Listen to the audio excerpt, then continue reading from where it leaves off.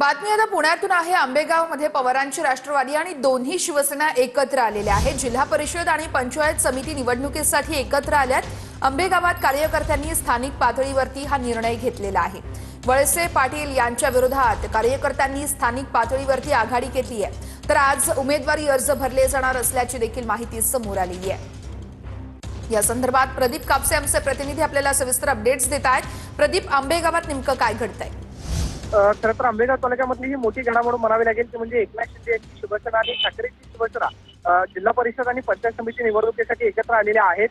याआधी आपल्याला माहिती आहे की पुणे जिल्ह्यामध्ये दोन राष्ट्रवादी जे आहेत ते जिल्हा परिषद आणि पंचायत समिती निवडणूक एकत्र लढणारे, मात्र त्याला आंबेगाव तालुका अपवाद आहे। आंबेगाव मधल्या शरद पवारांच्या स्थानिक नेत्यांनी निर्णय घेतलेला आहे की अजित पवारांच्या राष्ट्रवादीसोबत आघाडी नाही आणि दिलीप वळसे पाटील जे राष्ट्रवादी काँग्रेसचे नेते आहेत त्यांच्या विरोधामध्ये हे सगळे तीनही पक्ष जे आहेत ते एकत्रित आलेले पाहायला मिळत आहेत। अधिकृत जरी युती झालेली नसली तरी सुद्धा स्थानिक पातळीवरती कार्यकर्त्यांनी हा निर्णय घेतलेला आहे। मात्र सगळ्यात महत्त्वाचं म्हणजे ठाकरेंची शिवसेना आणि एकनाथ शिंदे यांची शिवसेना जी आहे प्रदीप, याकडे आपलं लक्ष असणार असेल। तर धन्यवाद दिलेल्या सविस्तर माहितीसाठी।